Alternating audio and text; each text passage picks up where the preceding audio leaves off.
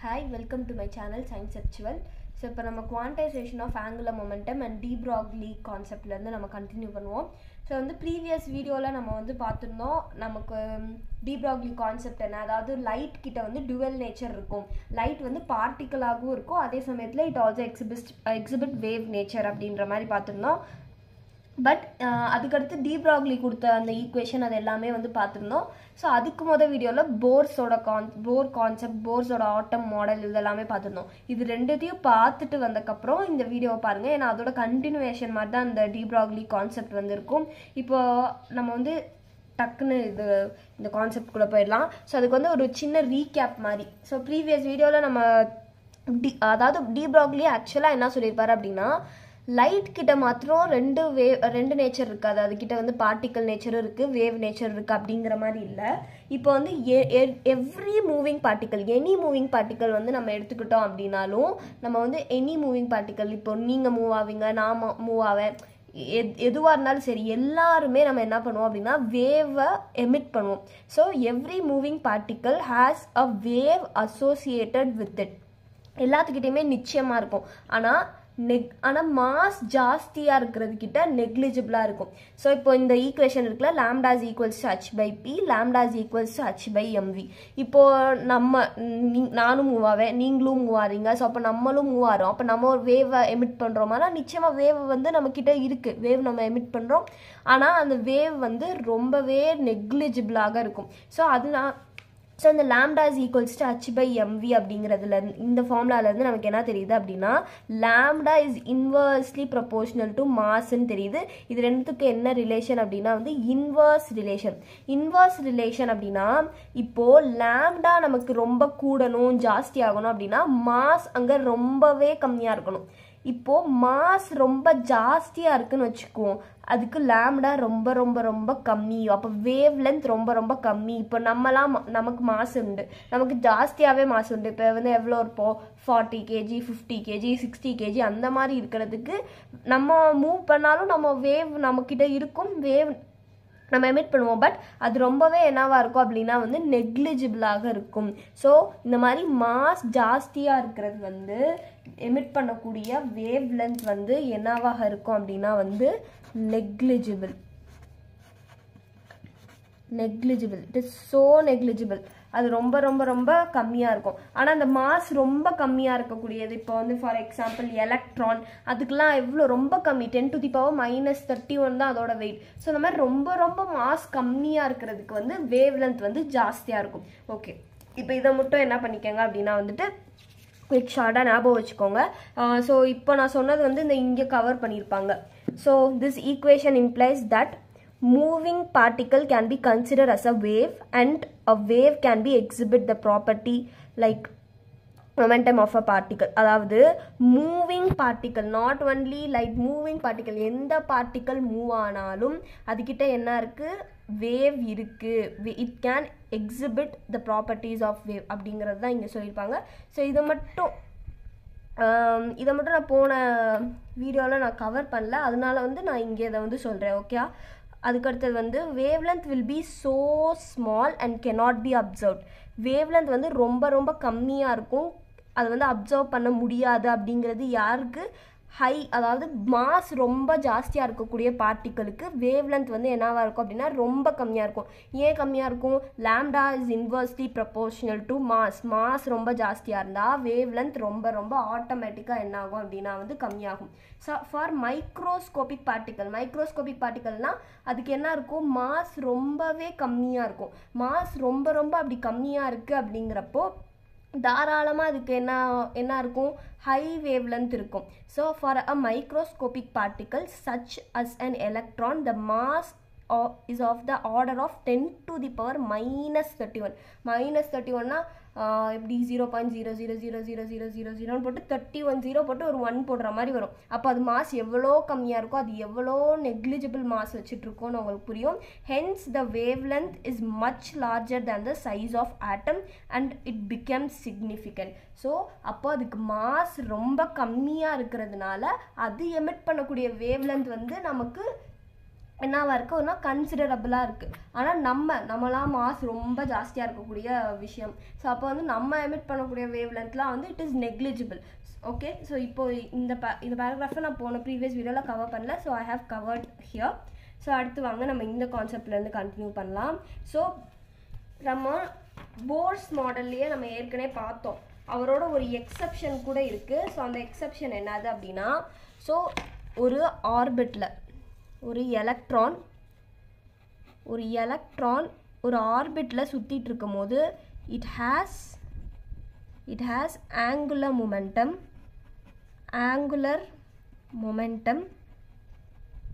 So இந்த angular மொமெண்டமோட formula வந்து mvr. இது வந்து தெரிஞ்சிருக்கணும், இது வந்து ஃபிசிக்ஸ்லேயே நீங்கள் படிச்சிருப்பீங்க. mvr இந்த ஆங்குலர் மொமெண்டம் வந்து it should be equal to nh/2π அப்படிங்கிற மாதிரி இவர் கொடுத்துருப்பார். ஆனால் இதுக்கு எந்த ஒரு விதமான டெரிவேஷனோ எந்த ஒரு விதமான ப்ரூஃபோ அதெல்லாமே வந்துட்டு போர் வந்து கொடுக்கல. ஆனால் இதை வந்து இப்போது எப்படி வந்தது அப்படின்றதெல்லாம் டிரைவ் பண்ணி கொண்டு வந்தது தான் வந்து டி ப்ராக்லி. ஸோ இதை வந்து நம்ம இப்போ பார்ப்போம். ஸோ வந்து according to de Broglie concept, the electron that revolves around the nucleus exhibit both particle and wave nature. So நான் ஏற்கனவே இப்போ தான் நம்ம வந்து பார்த்தோம். இப்போ போர் சொன்னது என்ன, any moving particle has wave associated with it. அப்போது எலக்ட்ரானும் ஒரு பார்ட்டிக்கல் தான், அது வந்து ரிவால்வ் அரௌண்ட் த நியூக்ளியஸ். அப்போது அது மூவ் ஆகிட்டு இருக்கும்போது நிச்சயமாக அது என்ன பண்ணும், வேவ் கேரக்டரை எக்ஸிபிட் பண்ணும். In order for the electron wave to exist in the phase, the circumference of this orbit should be an integral multiple of wavelength. So இது என்ன சொல்ல வராரு அப்படின்னா, இப்போ ஒரு எலக்ட்ரான் இருக்குன்னு வச்சுக்கோ. ஸோ இது வந்து ஒரு நியூக்ளியஸ். ஸோ இது வந்து ஆர்பிட். இந்த ஆர்பிட்டில் இந்த மாதிரி ஒரு எலக்ட்ரான் இருக்குது அப்படின்னா, இந்த எலக்ட்ரான் வந்து அப்படியே இந்த ரவுண்ட்லேயே அப்படியேலாம் சுற்றிட்டு இருக்காது. ஓகே, இந்த மாதிரி சுற்றுன்னு நினச்சா அது தப்பு, இப்படி சுற்றாது. இது எப்படி இந்த மாதிரி இது நகரும் போது எந்த மாதிரி எக்ஸிபிட் பண்ணோம் அப்படின்னா வந்து இப்படி வேவ் ஃபார்மில் தான் வந்து இந்த மாதிரி தான் வரும். ஸோ இதில் வந்து புக்லேயே வந்து கொடுத்துருப்பாங்க. ஸோ இந்த இங்கே பார்த்தோன்னா தெரியுதா. ஸோ இந்த மாதிரி வேவ் ஒரு எலக்ட்ரான் இங்கேருந்து ஸ்டார்ட் பண்ணிச்சுன்னா இந்த மாதிரி வேவ் ஃபார்மில் தான் என்ன ஆகும் அப்படின்னா வந்து ஃபுல்லாக வந்து போகும். அப்படியே அந்த ரவுண்டு போட்ட மாதிரிலாம் என்ன பண்ணாது அப்படின்னா வந்து போகாது. ஓகேயா, இப்போ இது புரியுதா. ஸோ இங்கே இருக்க எல்லாத்துக்குமே நான் வந்து எக்ஸ்பிளைன் பண்ணிட்டேன். அப்போது இவர் ஆக்சுவலாக இங்கே என்ன சொல்ல வராரு அப்படின்னா, இப்போது இந்த ஒரு ஆர்பிட்டில் எலக்ட்ரான் வந்து இப்படி வேவ் ஃபார்மில் தானே போகுது. அப்போது இது இந்த சர்க்கிள், ஒரு ஆர்பிட்டுங்கிறது சர்க்கிள் மாதிரி தான் இருக்கும். ஸோ இந்த சர்க்கிளோட சர்க்கம்ஃபரன்ஸ் 2πr. ஸோ அப்போது இந்த எலக்ட்ரான் வந்து ஒரு வேவ் ஃபார்மில் இங்கே போகிறது, இந்த ஆர்பிட்டில் கவர் ஆகிறதுனால, இந்த ஆர்பிட் வந்து ஒரு சர்க்குலர் ஆர்பிட் அப்படிங்கிறதுனால இதோட சர்க்கம்ஃபரன்ஸ் இது என்னது 2πr அப்படிங்கிறது வந்து circumference of circle. Circumference of circle வந்து இந்த n லாம்டாவுக்கு ஈக்குவல். ஏன்னா வந்து இங்கே எலக்ட்ரான் வந்து வேவ் ஃபார்மில் தானே போயிட்டுருக்கு. அப்போது நமக்கு இது கவர் பண்ணக்கூடிய இந்த வேவ் எத்தனை வேவ், ஒரு வேவ்ல வந்து இந்த ஃபுல் சர்க்குலர் ஆர்பிட்டையும் கவர் பண்ணிட முடியாது. இந்த என்கிறது எத்தனாவது இதாக வேணா இருக்கலாம், அந்த ஆர்பிட் லெவல்ஸ் வந்து எத்தனாவது இதாக வேணா இருக்கலாம். அப்போ இந்த எலக்ட்ரான் வந்து இந்த கவர் பண்ணக்கூடிய இந்த சர்க்குலர் ஆர்பிட்டோட சர்க்கம்ஃபரன்ஸ் 2πr வந்து n லாம்டாவுக்கு ஈக்குவலாக இருக்கு அப்படின்ற மாதிரி இவர் சொல்றாரு. இது வந்து ரொம்ப சிம்பிள். இதுலேருந்து இவர் வந்து இதை டிரைவ் பண்ணி கொண்டு வருவார். இந்த இதுலேருந்து இந்த ஈக்குவேஷன்லேருந்து ஹீ டிரைவ்ஸ் திஸ் ஃபார்முலா. அதாவது இந்த எலக்ட்ரான் வந்து இந்த ஆங்குலர் மொமெண்டமில் தான் போகுது அப்படிங்கிறத இவர் என்ன பண்ணியிருப்பார் அப்படின்னா டிரைவ் பண்ணியிருப்பார். ரொம்ப சிம்பிளாகவே டிரைவ் பண்ணியிருப்பார்.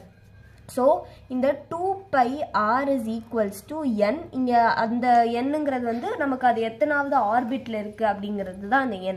லாம்டா, இப்போ லாம்டா நம்ம போன இது என்னது அப்படின்னா lambda is equals to h/mv தானே நம்ம ப்ரீவியஸ் வீடியோவில் நம்ம வந்து டி ப்ராக்லி எக்ஸ்பிளைன் பண்ணது. ஸோ அந்த லாம்டாவை நான் இங்கே இந்த லாம்டாவில் சப்ஸ்டியூட் பண்ணேன் அப்படின்னா 2πr is equals to nh/mv அப்படின்னா இந்த லாம்டாவுக்கு பதிலாக இதை சப்ஸ்டியூட் பண்ணுறேன். இப்போது இங்கே நீ ஒன்றுமே பண்ண தேவையில்ல, ஜஸ்ட் இந்த mv இருக்குல்ல, இந்த mvயை இந்த சைடு கொண்டு போகிறேன், இந்த 2πயை டினாமினேட்டருக்கு எடுத்துகிட்டு வரோம். அவ்வளோதான் இங்கே நம்ம பண்ண போகிறோம். அப்போது mv இங்கே ஆல்ரெடி ஒரு ஆர் இருக்குது, NH பை இந்த 2π நம்ம கீழே எடுத்துகிட்டு வந்துட்டோம். இது வந்து ரொம்ப சிம்பிளான டெரிவேஷன், ரொம்ப ரொம்ப சிம்பிளாக வந்து டி ப்ராக்லி வந்து இதை எக்ஸ்பிளைன் பண்ணிட்டாரு. ஸோ இதுக்கு வந்து போரோட ஒன் ஆஃப் லிமிட்டேஷன்ஸே வந்து இதுதான். ஏன்னா MVR is equals to NH by 2π. அந்த எலக்ட்ரானுக்கு ஆங்குலர் மொமெண்டம் அவர் இவ்வளோ இருக்கணும் அப்படின்னு சொன்னார். ஆனால் அதுக்கு டெரிவேஷனோ ப்ரூஃபோ எதுவுமே கொடுக்கல. ஆனால் அது வந்து டி ப்ராக்லி என்ன பண்ணியிருக்காரு அப்படின்னா அவரோட இதில் எக்ஸ்பிளைன் பண்ணியிருக்காரு. ஓகே, இப்போ வந்து நம்ம ஃபர்ஸ்ட்லேருந்து நான் ஒரு சின்ன ரீகேப் மாதிரி கொடுத்துட்றேன். ஸோ வந்து இப்போ ஒரு எலக்ட்ரான்ங்கிறது சர்க்குலர் ஆர்பிட்டில் மூவ் ஆகிட்டு இருக்கு. ஸோ அந்த சர்க்குலர் ஆர்பிட்டில் அது ஃபுல் சர்க்கம்ஃபரன்ஸையும் கவர் பண்ணுது இல்லையா, அதுதான் 2πr. அந்த 2πr வந்து வேவ் n லாம்டா, அதாவது வேவ் லென்த்தாக தான் வேவாக தான் கவர் பண்ணும். இந்த மாதிரி நான் போட்டிருக்கேன், அந்த மாதிரி வேவாக தான் கவர் பண்ணும். அப்போது அந்த circumference 2πr is equals to n lambda. இந்த லாம்டாவுக்கு பதிலாக h/mv டி ப்ராக்லியோட அந்த ஈக்குவேஷன் h/mv சப்ஸ்டியூட் பண்ணுறோம். 2πr is equals to n. இந்த லாம்டாவுக்கு பதிலாக h/mv அப்படின்னு என்ன பண்ணுறோம் அப்படின்னா வந்து சப்ஸ்டியூட் பண்ணுறோம். ஜஸ்ட் இந்த mv இந்த சைடு எடுத்துகிட்டு வரோம், 2π கீழே எடுத்துகிட்டு வரோம். அப்போது MVR is equals to NH/2π அப்படிங்கிற மாதிரி கிடைக்குது. இதுலேருந்து நம்ம போரோடதையும் அப்போ நம்ம இந்த போர் model MVR is equals to NH/2π இது எப்படி வந்ததுன்னு போர் சொல்லலை. ஸோ அது வந்து டி ப்ராக்லி வந்து simply he explained MVR is equals to NH/2π எப்படி வந்தது அப்படிங்கிறத வந்து அவர் எக்ஸ்பிளைன் பண்ணிட்டாரு. ஸோ இதோட வந்து இந்த கான்செப்ட் வந்து என்ன ஆயிடுச்சு அப்படின்னா முடிஞ்சிருச்சு. ஸோ வந்து இங்கே நீங்கள் டேவிஸ் அண்ட் ஜெர்மர் எக்ஸ்பெரிமெண்ட். இப்போது டி ப்ராக்லி என்ன சொன்னார் அப்படின்னா ஒரு எலக்ட்ரான் வந்து ஒரு ஆர்பிட்டில் வேவ் ஃபார்மில் தான் சுற்றிட்டு இருக்கு. அப்போ வந்து எலக்ட்ரான் வந்து வேவ் நேச்சரை எக்ஸிபிட் பண்ணும் அப்படிங்கிறத வந்து டி ப்ராக்லி சொல்லியிருக்காரு. போன கான்செப்ட்லேருந்து அது நமக்கு தெரிஞ்சிச்சு. ஆனால் அதை எக்ஸ்பெரிமெண்டலாக ஒரு எலக்ட்ரான் கிட்ட வேவ் நேச்சர் இருக்குது, வேவ் நேச்சர் ஆஃப் எலக்ட்ரான் இருக்குது அப்படிங்கிறத வந்து எக்ஸ்பெரிமெண்டலாக ப்ரூவ் பண்ணது தான் யார் அப்படின்னா வந்து டேவிஸ் அண்ட் ஜெர்மர். ஸோ இவங்களோட எக்ஸ்பெரிமெண்ட்டை பற்றி டீட்டெயிலாக இங்கே ஒன்றும் கொடுக்கல, பட் ஜஸ்ட் நான் வந்து எப்படி இருந்தது அப்படிங்கிறத மட்டும் நான் வந்து சொல்கிறேன். ஸோ டேவிஸ் அண்ட் ஜெர்மர் எக்ஸ்பெரிமெண்ட்டில் இவங்க அப்பாரட்டஸ் எப்படி இருந்தது அப்படின்னா இங்கே ஒரு டங்ஸ்டன் ஃபிலமெண்ட், இந்த மாதிரி டங்ஸ்டன் ஃபிலமெண்ட்டை அவங்க என்ன பண்ணாங்க அப்படின்னா வந்துட்டு லோ வோல்ட் பேட்டரியில் என்ன பண்ணாங்க அப்படின்னா வந்து கனெக்ட் பண்ணாங்க. இந்த லோ வோல்ட் பேட்டரியில் கனெக்ட் பண்ணிவிட்டு இங்கே என்ன பண்ணுறாங்க அப்படின்னா வந்து ஹீட் பண்ணுறாங்க. இந்த டங்ஸ்டன் ஃபிலமெண்ட்டை நல்லா ஹீட் பண்ணுறாங்க. டங்ஸ்டன் ஃபிலமெண்ட்டில் நல்லா ஹீட் பண்ணும் போது அது என்ன பண்ணும் அப்படின்னா வந்து எலக்ட்ரானை எமிட் பண்ணுது. இதுக்கு பேர் இந்த ஃபினாமினாவுக்கு பேர் என்னது அப்படின்னா வந்து தெர்மியானிக் எமிஷன் அப்படின்னு சொல்லுவாங்க. இப்போது உனக்கு சூடு வச்சா நீ அப்படியே பேசாமல் இருக்க மாட்டேல, நீ என்ன பண்ணுவோம், உன் கையில் சூடு வச்சா டக்குன்னு கையெடுப்போம், இல்லை உன் காலில் சூடு வச்சா ஓடுவோம். அதே மாதிரி தான் இப்போது இந்த டங்ஸ்டன் ஃபிலமெண்ட்டில் நான் ஹீட் ஏற்ற என்ன ஆகும் அப்படின்னா வந்து எலக்ட்ரான் வந்து ரிலீஸ் ஆகும். அந்த ஹீட்டில் வந்து எலக்ட்ரான் ரிலீஸ் ஆகும். இதுக்கு பேர் நம்ம தெர்மியானிக் எமிஷன் அப்படின்னு சொல்லுவோம். இப்போது இப்படி எமிட் ஆகக்கூடிய எலக்ட்ரான் வந்து ஸ்பீடாலாம் மூவ் ஆகாது, அது வந்து ஸ்லோவாக தான் மூவ் ஆகும். அதை ஸ்பீடாக மூவ் ஆக்க வைக்கிறதுக்கு இவங்க என்ன எடுப்பாங்க அப்படின்னா வந்து ஒரு சிலிண்டர் வித் ஃபைன் ஹோல்ஸ், ரொம்ப சின்ன ஹோல்ஸ் வந்து இருக்கும். ஸோ அப்போ இது வழியாக அந்த எலக்ட்ரான் வந்து பாஸ் பண்ணுறப்போ அந்த எலக்ட்ரான் என்ன பண்ணும் அப்படின்னா வந்துட்டு ஹை ஸ்பீடில் ட்ராவல் ஆகி போகும். ஸோ இங்கே இப்படி ட்ராவல் ஆகி போகும்போது இங்கே ஒரு நிக்கல் கிறிஸ்டலை வந்து அவங்க என்ன பண்ணுறாங்க அப்படின்னா வந்து பிளேஸ் பண்ணுறாங்க. நிக்கல் கிறிஸ்டலை என்ன பண்ணுறாங்க, பிளேஸ் பண்ணுறாங்க, நிக்கல் கிறிஸ்டல். அப்போது ஒரு எலக்ட்ரான் வந்து நல்லா இமேஜின் பண்ணி பாருங்கள், செம்ம ஸ்பீடில் வருது இந்த எலக்ட்ரானு, அப்படியே ஸ்பீடாக வந்து டக்குன்னு இப்படி ஸ்கேட்டர் தான் ஆகும். ஸோ அதனால் அவங்க என்ன பண்ணியிருந்தாங்க அப்படின்னா இங்கே பெரிய இப்படி வந்து ஒரு சர்க்குலர் ஸ்கேல் மாதிரி அங்கே செட் பண்ணுறாங்க. ஸோ அதில் தி ஆல்சோ பிளேஸ்ட் டிடெக்டர். இந்த டிடெக்டரில் என்ன இருக்கும் அப்படின்னா வந்துட்டு கேல்வனோமீட்டர் வந்து இருக்கும். கேல்வனோமீட்டர் ஆக்சுவலாக எதுக்கு இருக்கும், கேல்வனோமீட்டர் வந்து அங்கே கரண்ட் இருக்கா இல்லையா அப்படிங்கிறத கண்டுபிடிக்கிறதுக்காக தான் கேல்வனோமீட்டர். இப்போ வந்து கேல்வனோமீட்டர் வந்து இப்போ கரண்ட் இருக்குது அப்படின்னா அந்த இடத்துல கேல்வனோமீட்டர் என்ன பண்ணும் அப்படின்னா கண்டிப்பாக ஒரு டெஃப்ளெக்ஷன் காட்டும். இப்போது இது ஒரு கேல்வனாமீட்டர்னால் இந்த மாதிரி நடுவில் வந்து ஒரு முள் இருக்கும். ஸோ இப்போ இங்கே கரண்ட் வந்து இங்கே பாஸ் ஆகுது அப்படின்னா இந்த முள் வந்து என்ன ஆகும் அப்படின்னா இந்த சைடோ இல்லை இந்த சைடோ என்ன ஆகும் அப்படின்னா வந்து டிஃப்ளெக்ட் ஆகும். இப்போது எலக்ட்ரான் வந்து இங்கே ஹை ஸ்பீடில் வர்றது இந்த நிக்கல் கிறிஸ்டலில் பட்டு ஸ்கேட்டர் ஆகி நமக்கு என்ன ஆகுது அப்படின்னா வந்து இங்கே வருது. இங்கே வரும்போது நமக்கு தெரியும் மூமெண்ட் ஆஃப் எலக்ட்ரானோடைய மூமெண்ட் அதுதான் நமக்கு என்னது அப்படின்னா வந்து கரண்ட். எலக்ட்ரான் அங்கே மூவ் ஆனால் தானே கரண்ட் இருக்கும். ஸோ அப்போ இங்கே எலக்ட்ரான் மூவ் ஆகிறப்போ நிச்சயமாக அங்கே என்ன இருக்கும் அப்படின்னா வந்து கரண்ட் இருக்குது. ஸோ இந்த கேல்வனோமீட்டர் என்ன பண்ணும், டிஃப்ளெக்ட் ஆகும். ஸோ இதுலேருந்து இங்கே எங்கே வேவ் நேச்சர் தெரிய வருது அப்படின்னா இந்த எலக்ட்ரான் வந்து இங்கே மட்டுமா பட்டு டிஃப்ராக்ஷன் நடக்க போது இது வந்து நிறையா இடத்துல டிஃப்ராக்ஷன் ஏற்படுத்தும். ஸோ இந்த ஆங்கிளில் இங்கே பட்டு இங்கே வரலாம், இங்கே பட்டு இங்கே வரலாம், இல்லை இங்கே பட்டுட்டு இந்த இடத்துல கூட வரலாம். ஸோ இந்த மாதிரி வரும்போது ஒரு இடத்துலையும் அது என்ன பண்ணும் அப்படின்னா வந்து டிஃப்ரெண்ட் இன்டென்சிட்டியில் வந்து வரும். அப்படி வரப்போ நமக்கு வந்து ஒரு டைஃப்ராக்ஷன் பேட்டர்னே கிடைக்கும். லைக் வந்து நமக்கு என்ன கிடைக்கும் அப்படின்னா வந்து டைஃப்ராக்ஷன் பேட்டர்ன் கிடைக்கும். டைஃப்ராக்ஷன் பேட்டர்ன் வந்து என்ன ஆகும் அப்படின்னா நமக்கு கிடைக்கும். ஸோ அதாவது இது வந்து இந்த மாதிரி படும்போது ஒரு இடத்துல இதுக்கு வந்து ஹை இன்டென்சிட்டி இருக்குன்னு வச்சுக்குவோம், நமக்கு என்ன கிடைக்கும், டார்க் ஃப்ரிஞ்ச் கிடைக்கும். ஒரு இடத்துல லோ இன்டர்ஃபரன்ஸ் டிஸ்ட்ரக்டிவ் இன்டர்ஃபரன்ஸ் நடந்து நமக்கு டார்க் ஃப்ரிஞ்ச் கிடைக்கலாம். ஸோ இந்த மாதிரி இன்டர்ஃபரன்ஸ்னால் என்ன, கன்ஸ்ட்ரக்டிவ் இன்டர்ஃபரன்ஸ்னால் என்ன, டிஸ்ட்ரக்டிவ் இன்டர்ஃபரன்ஸ்னால் என்ன அப்படின்றத வந்து வேவ் ஆப்டிக்ஸில் வந்து 12th ஃபிசிக்ஸில் வேவ் ஆப்டிக்ஸில் வந்து படிப்பீங்க. பட் இப்போதைக்கு இங்கே தெரிஞ்சுக்கோங்க டிஃப்ராக்ஷன் பேட்டர்ன் அப்படிங்கிறது. ஸோ இந்த எலக்ட்ரான் வந்து இங்கே பட்டு நமக்கு ஒரு டிஃப்ராக்ஷன் பேட்டர்ன் வந்து கொடுக்கும். Like dark fringe, bright fringe, அந்த மாதிரி அல்டர்னேட்டிவ் பேண்ட்ஸ் ஃப்ரிஞ்சஸ் மாதிரி அதை என்ன பண்ணும் அப்படின்னா வந்து கொடுக்கும். ஸோ அந்த ஃபினாமினா நம்ம என்ன சொல்கிறோம் அப்படின்னா வந்து டிஃப்ராக்ஷன் அப்படின்னு சொல்கிறோம். டிஃப்ராக்ஷன் ஒரு டைஃப்ராக்ஷன் கூட சொல்லுவாங்க. ஸோ இந்த டைஃப்ராக்ஷன் அப்படிங்கிறது வந்து it is a property of wave. அப்போது ஒரு எலக்ட்ரான் வந்து இந்த மாதிரி விடும்போது அது என்ன எக்ஸிபிட் பண்ணுது, டைஃப்ராக்ஷனை எக்ஸிபிட் பண்ணுது. அப்போது டைஃப்ராக்ஷன் அப்படிங்கிறது என்னது, it is a property of wave. இதிலிருந்து டேவிஸ் அண்ட் ஜெர்மர் என்ன ப்ரூவ் பண்ணாங்க அப்படின்னா எலக்ட்ரான் கிட்ட hence electron has wave nature அப்படிங்கிறத வந்து எக்ஸ்பெரிமெண்டலாக இவங்க ப்ரூவ் பண்ணாங்க. ஸோ ரொம்பவே சிம்பிள் இவங்களோட அப்பேரட்டஸ், இவங்களோட எக்ஸ்பெரிமெண்ட் எல்லாம். ஸோ என்ன பண்ணாங்க அப்படின்னா ஒரு டங்ஸ்டன் ஃபிலமெண்ட்டில் லோ வோல்டேஜ் பேட்டரியில் என்ன பண்ணுறாங்க அப்படின்னா வந்து கனெக்ட் பண்ணுறாங்க. அதுலேருந்து எலக்ட்ரான்ஸை என்ன பண்ண வைக்கிறாங்க அப்படின்னா எமிட் பண்ண வைக்கிறாங்க. இந்த எமிஷனுக்கு பேர் தான் நம்ம என்ன சொல்கிறோம் அப்படின்னா தெர்மியானிக் எமிஷன் சொல்கிறோம். இதை வந்து ஒரு சிலிண்டரில் பாஸ் பண்ணுறாங்க. இந்த சிலிண்டர் வந்து ஹை வோல்டேஜ் பேட்டரியில் கனெக்ட் பண்ணியிருப்பாங்க. இந்த சிலிண்டரை வந்து ஹை வோல்டேஜ் பேட்டரியில் கனெக்ட் பண்ணியிருப்பாங்க. இவ்வளோலாம் புக்கில் இல்லை, பட் ஸ்டில் ஐம் சேயிங் எப்படி நடந்தது அப்படிங்கிறத நான் சொல்கிறேன். ஸோ ஹை வோல்டேஜ் பேட்டரியில் கனெக்ட் பண்ணும்போது இங்கே ஸ்லோவாக மூவ் ஆகிட்டு இருந்த எலக்ட்ரான் இந்த சிலிண்டர் விட்டு வெளியே வரும்போது ஃபாஸ்ட்டாக வந்து மூவ் ஆகும்.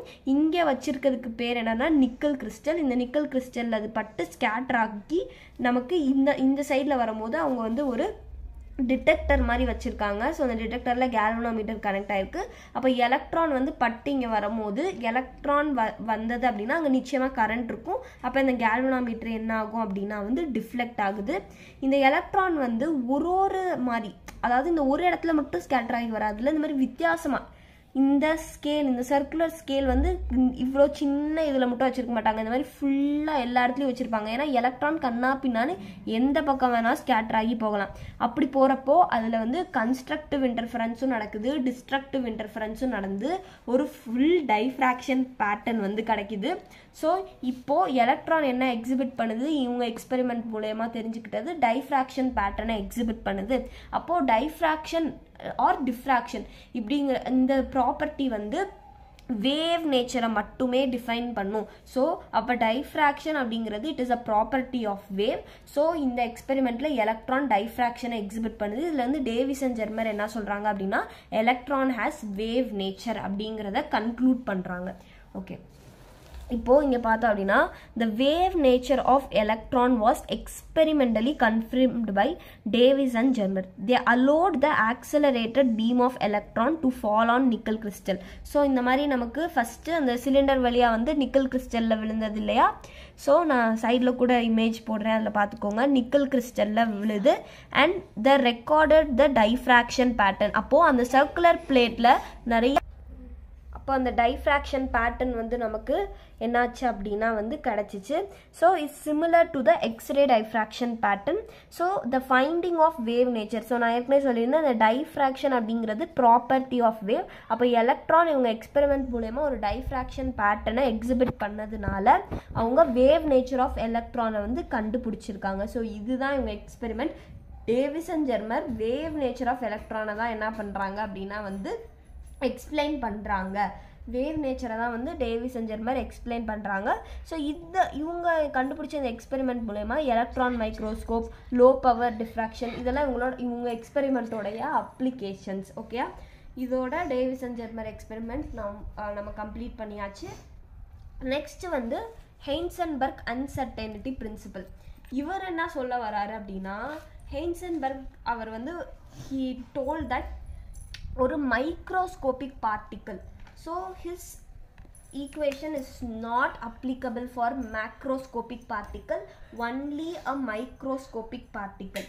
நீ ஒரு மைக்ரோஸ்கோபிக் பார்ட்டிக்கலை வந்து எடுத்துக்கிட்ட அப்படின்னா அதோட பொசிஷனையும் அதோட மொமெண்டமையும் நீ அட் அ டயத்தில் கண்டுபிடிக்கவே முடியாது. இட் இஸ் இம்பாசிபிள் அப்படிங்கிறத என்ன பண்ணுறாரு அப்படின்னா வந்துட்டு நமக்கு ஹெய்ன்சன்பர்க் வந்து சொல்கிறாரு. இவரோட ஈக்குவேஷன் இதெல்லாமே பார்ப்போம். இவரோட இதில் வந்து நமக்கு முக்கியமே இவரோட ஃபார்முலா தான். இந்த ஃபார்முலாவை நல்லா படித்து வச்சுக்கோங்க. அண்ட் தென் வந்துட்டு ஹெய்ன்சன்பர்க் அன்சர்டனிட்டி பிரின்சிபல் இப்போ பார்ப்போம். ஹெய்ன்சன்பர்க் அன்சர்டனிட்டி பிரின்சிபலில் இவரோட ஸ்டேட்மெண்ட்டே என்னது அப்படின்னா, it is impossible to measure both position and momentum simultaneously with precision. So வந்து ஒன்றால் இது வந்து எதுக்கு மட்டுமே அப்ளிகபிள் அப்படின்னா ஒரு மைக்ரோஸ்கோபிக் பார்ட்டிக்கலுக்கு தான் applicable. It is not applicable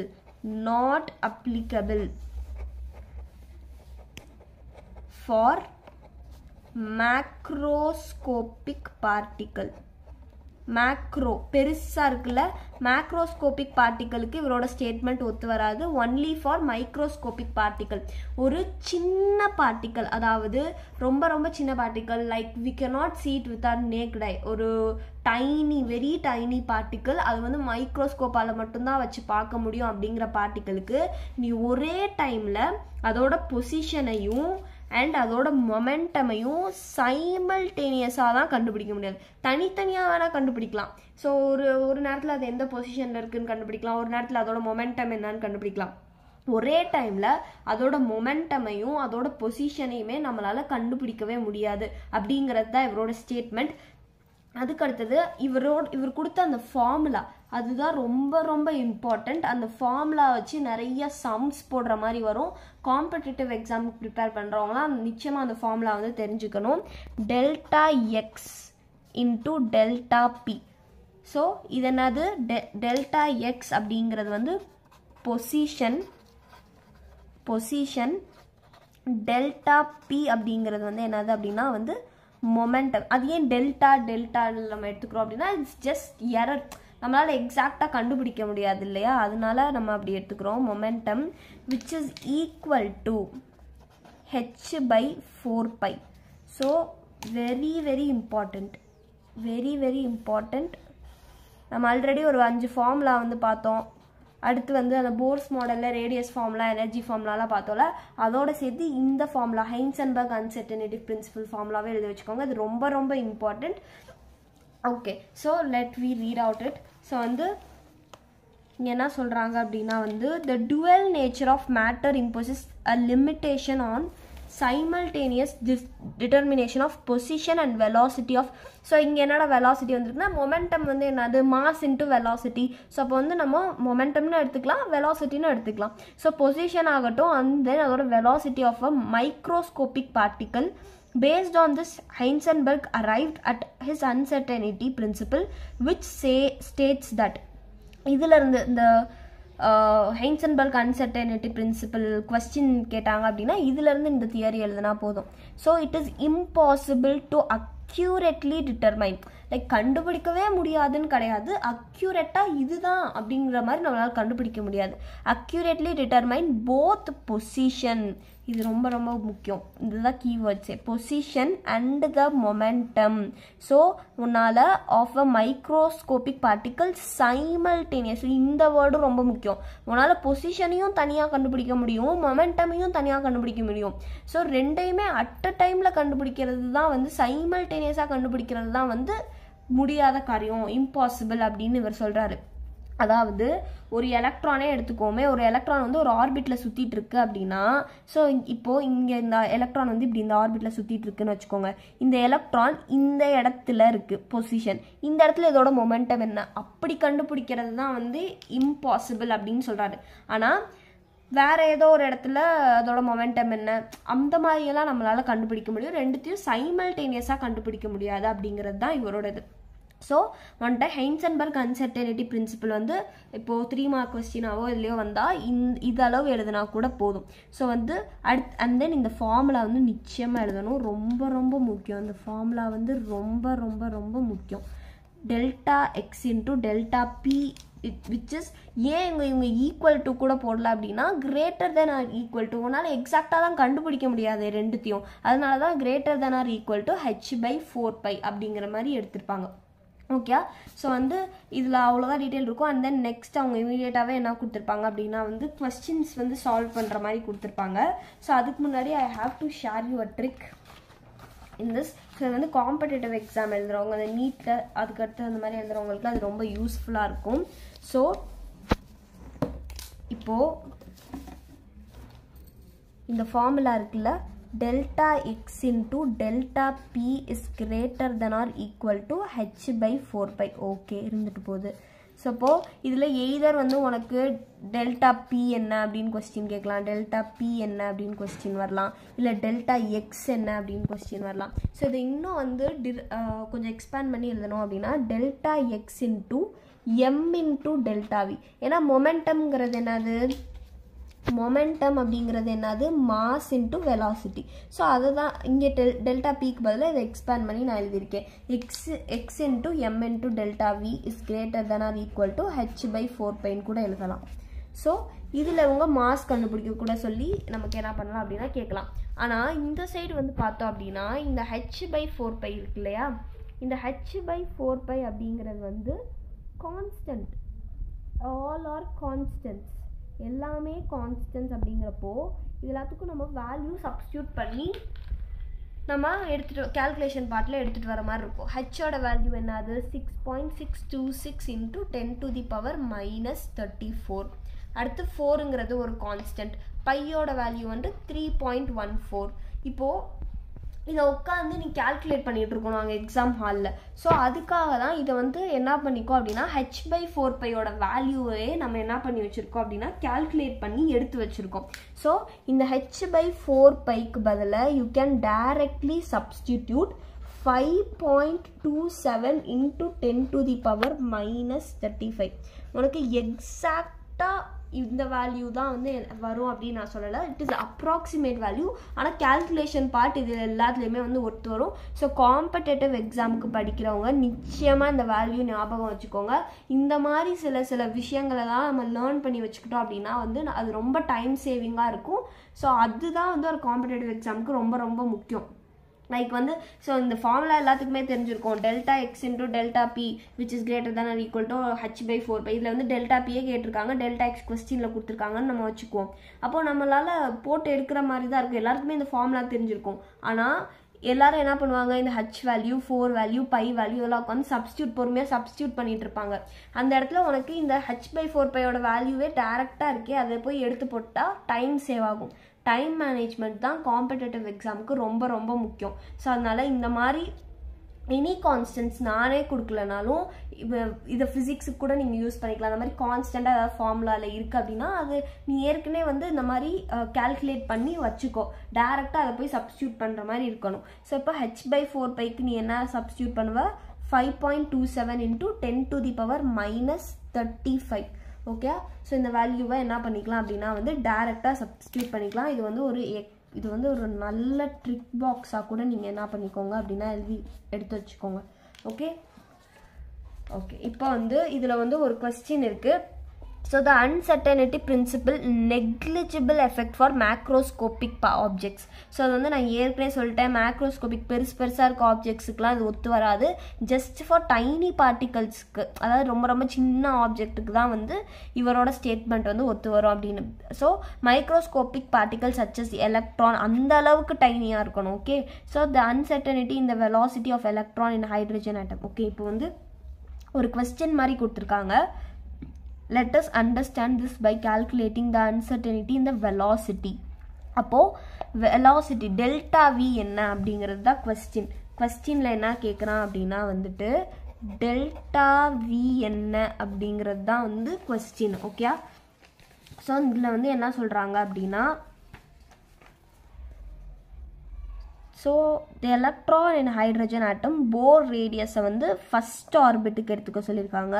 first orbit ஓட போர் ரேடியஸ் எடுத்துக்கோங்க ஃபார் ஹைட்ரஜன் ஆட்டம். எல்லாத்தையும் நோட் பண்ணணும், இம்பார்ட்டண்ட்டாக நோட் பண்ணணும்.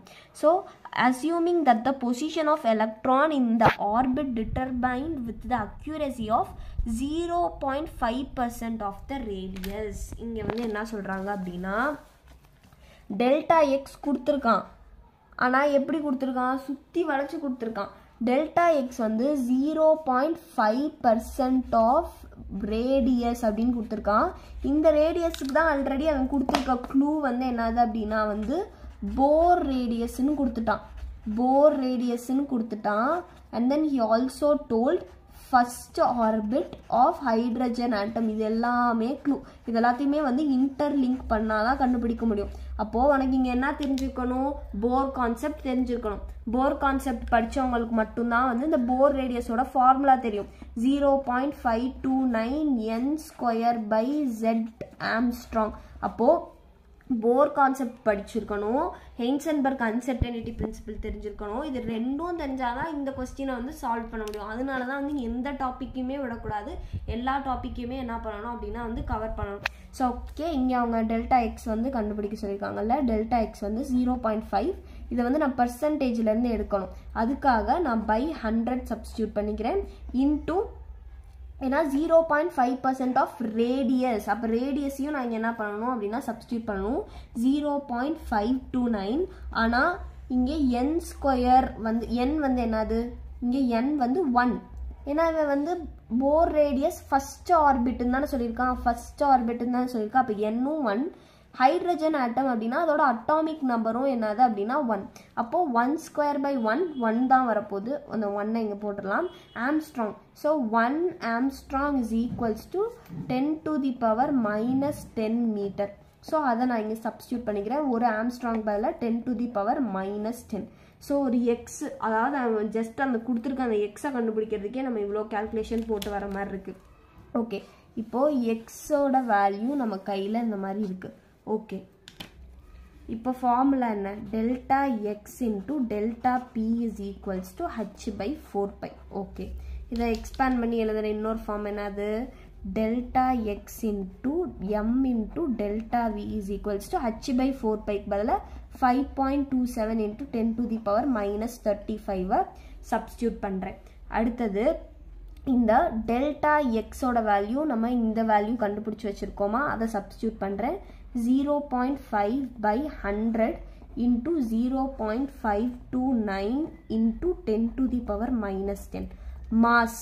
இப்போ மாஸ் அவங்க கொடுக்கவே இல்லையே, இங்கே நீ கரெக்டாக நோட் பண்ணியிருந்தேன்னா எடுத்திருப்ப. அவங்க எதை பற்றி பேசுகிறாங்க அப்படின்னா எலக்ட்ரானை பற்றி பேசுகிறாங்க. எலக்ட்ரானை பற்றி பேசினா மாஸும் அவங்க கொடுக்க மாட்டாங்க, சார்ஜும் அவங்க கொடுக்க மாட்டாங்க. Okay, you have to remember the mass and charge of electron. mass of electron என்னது, mass of electron வந்து நான் போன வீடியோலேயே கொடுத்துருந்தேன் 9.1 × 10⁻⁻31. நீ எதை வேணால் மறந்துக்கலாம், மாஸ் ஆஃப் எலக்ட்ரானையும் சார்ஜ் ஆஃப் எலக்ட்ரானையும் மறக்கவே கூடாது. ஸோ அப்போது இங்கே எம்முக்கு பதிலாக நான் 9.1 × 10⁻⁻31 into delta V is equals to 5.27 into 10 to the power minus 35. So ஹெய்ன்சன்பர்க் uncertainty பிரின்சிபலை பொறுத்த வரைக்கும் எல்லாருமே பயப்படுறது கேல்குலேஷன் பார்ட்டு தான். கேல்குலேஷன் பார்ட் வந்து இவ்வளோ பெருசாக தான் வரும். இப்போ வந்து நான் அந்த 5.27 into 10 to the power minus 35 value கொடுக்கல அப்படின்னா இன்னும் இது எவ்வளோ காம்ப்ளிகேட்டடாக போயிருக்கும் அப்படின்னா இந்த ஹச்சோட வேல்யூ சப்ஸ்டியூட் பண்ணணும், 4 பையோட வேல்யூ சப்ஸ்டியூட் பண்ணணும். இங்கே கூட பாரு எவ்வளோ பெரிய வேல்யூவெல்லாம் இப்போ போடணும் அப்படிங்கிறது வந்து ரொம்ப காம்ப்ளிகேட்டடாக இருக்கும். ஆனால் இப்போது இதோட வேல்யூ டேரெக்டாக தெரிஞ்சதுனால இப்போ ஒன்றும் அப்படியே அவ்வளோ ஈஸியாலாம் இருக்காது. பட் ரொம்ப காம்ப்ளிகேட்டடாக இருந்தது. We are making it easy. Okay, so இதுலேருந்து நீ என்ன பண்ணலாம் அப்படின்னா வந்து டெல்டா வியை எடுத்துக்கலாம். ஸோ இந்த 0.529 into 0.5 இதில் அண்ட் 9.1 சாரி 9.1 இல்லை, வெறும் 0.529 and 0.5 வந்து மல்டிபிள் பண்ணோன்னா நமக்கு என்ன கிடைக்கும் அப்படின்னா வந்துட்டு 2.645. அடுத்து இங்கே 10 to the power minus 10 இருக்குது. இது மேலே வந்தால் -2, இங்கே ஒரு 0 எடுத்ததுனால it is 10 to the power minus 13 into 5.27 into 10 to the power minus 35 into 9.1 into 10 to the power minus 31. இது எல்லாத்தையும் கால்குலேட் பண்ணி நம்ம போட்டோம் அப்படின்னா ஃபைனலாக நமக்கு டெல்டா வி வந்து என்ன கிடைக்கும் அப்படின்னா வந்து 2.189 into 10 to the power 8 அப்படிங்கிற மாதிரி கிடைக்கும். ஸோ ரொம்ப சிம்பிளாக உட்காந்து நீங்களே கால்குலேட் பண்ணி பாருங்கள். ஓகே, ஜஸ்ட் இந்த கால்குலேஷன் பார்ட் தான். இந்த கால்குலேஷன் பார்ட்டை மட்டும் ஒன்ஸ் நீங்களாக உட்காந்து என்ன பண்ணுங்கள் அப்படின்னா வந்து கால்குலேட் பண்ணி பாருங்கள். அண்ட் தென் இங்கே ஒரு செல்ஃப் எவால்வேட் கொஸ்டின் வந்து கொடுத்துருக்காங்க. Calculate the uncertainty in the position of an electron if the uncertainty in its velocity வந்து கொடுத்துருக்காங்க 5.27. இங்கே டெல்டா எக்ஸ் என்ன அப்படின்னு கேட்குறாங்க. ஸோ அகெயின் இங்கே மாஸ் என்ன எடுத்துக்குவேன் 9.1 into 10 to the power minus 31 எடுத்துக்கணும்.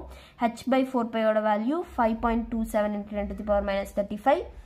அடுத்தது வந்து இங்கே டெல்டா எக்ஸ் மட்டும் தான் என்னன்னு கேட்குறாங்க. இந்த கொஸ்டின் உட்காந்து நீங்களாக போடுங்க. கால்குலேஷன் பார்ட் எப்பயுமே யாருமே வந்து உங்களுக்கு போட்டு காட்டுவாங்கன்னு நீங்கள் எதிர்பார்க்கக்கூடாது. நீங்களாக தான் போடணும். கால்குலேஷன் வந்து அதே மாதிரி ஃபஸ்ட் டைம் எடுத்தோடனே மேலாம் கால்குலேஷன் வந்து பர்ஃபெக்டாலாம் வராது, தப்பாக தான் வரும். It's okay. திருப்பி நீங்கள் நிறையா கொஸ்டின் ப்ராக்டிஸ் பண்ணுங்கள். நிறையா பண்ணணும்.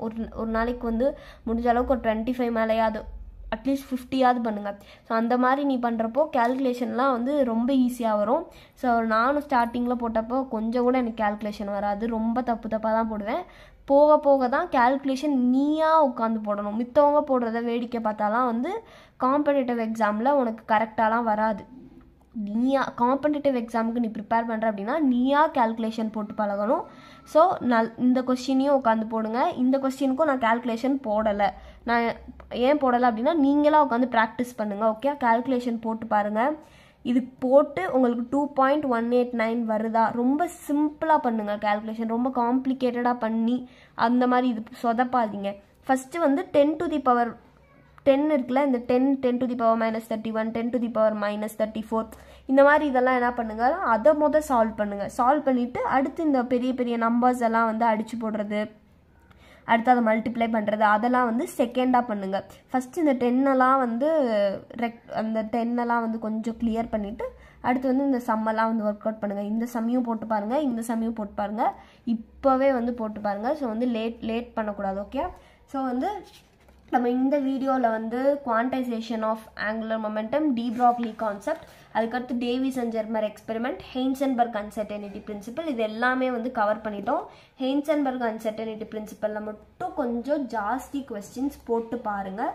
So board exam, competitive exam படிக்கிறவங்க மட்டும் போட்டு பார்க்கணுன்னு கிடையாது, போர்டு எக்ஸாமுக்கு ப்ரிப்பேர் பண்ணுறவங்களும் போட்டு பாருங்கள். ஏன்னா வந்து கம்பல்சரி கொஸ்டினில் கூட கேட்கலாம்ல. ஸோ வந்து சென்டம் வேணும், சென்டம் போடணும்லாம் சிலர் படிப்பீங்களா, அவங்களுக்கு எல்லாம் வந்து கொஸ்டின்ஸும் நிறையா போட்டு பாருங்கள். ஓகே, ஆனால் அவங்கள விட காம்படிட்டிவ் எக்ஸாம் ப்ரிப்பேர் பண்ணுறவங்களா இருந்தால் ஜாஸ்தி கொஸ்டின்ஸ் தான் போட்டு பார்க்கணும். லைக் இந்த ஹெய்ன்சன்பர்க் அன்சர்டனிட்டி ரிலேட்டடாகவே ஒரு முடிஞ்சால் ஒரு 20 கொஸ்டின்ஸ் வந்து போட்டு பாருங்கள். ஓகே, ஸோ வந்து கொடுத்த ட்ரிக்கெல்லாம் யூஸ் பண்ணி ஃபார்முலாலாம் வந்து மறக்காமல் டெய்லி ரிவைஸ் பண்ணிங்கன்னா you can score good marks. Okay, thank you for வாட்சிங்.